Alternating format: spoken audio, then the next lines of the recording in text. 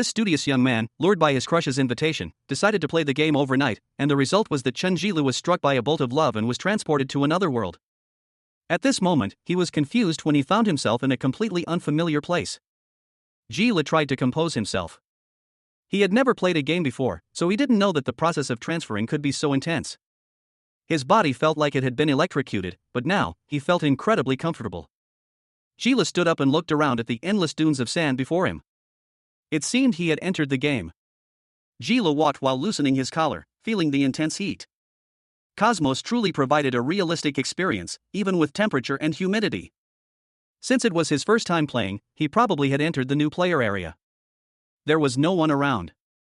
He tried to contact Xiaomei through her in-game ID, but the system reported that it couldn't find her. Jilu wiped the sweat pouring down his face as if he had just taken a shower. Was he really so hot that he had misremembered? He gave up on the idea of searching through the system and decided to find the new player area to search for her. But after half a day of walking, Jilu didn't see a single other player, let alone the new player area. At this point, he was bewildered, unsure what step he had taken wrong to end up in this place within Cosmos. Just then, the system recalibrated the position and sent Jilu a shocking notification. You are not in the service area. At this moment, Jilu realized that everything was truly unusual. Even the customer service hotline was unreachable. Based on his knowledge, at such a high temperature, he would lose 900 ml of sweat every hour. Dehydration was only a matter of time. He decided to log off and stop playing. Although Xiaomei was waiting for him, he would explain later. Bang!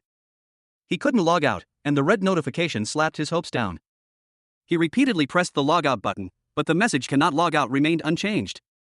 Jili's vision darkened. Don't tell me I'm trapped here, he thought. You have a new mission. At this point, Jilu could no longer stay calm upon reading this mission. It asked him to continue living, with an indefinite time limit and with no specific rewards or penalties. Jilu collapsed. All he wanted was to play the game with his crush, so why was he trapped here? Now, no matter what he tried, he couldn't log out or contact anyone. Was he really going to be stuck here forever, until he became a skeleton? 8 hours had passed. Although Jilu still found it hard to believe he was imprisoned here, time had forced him to slowly accept the reality that he couldn't escape the game.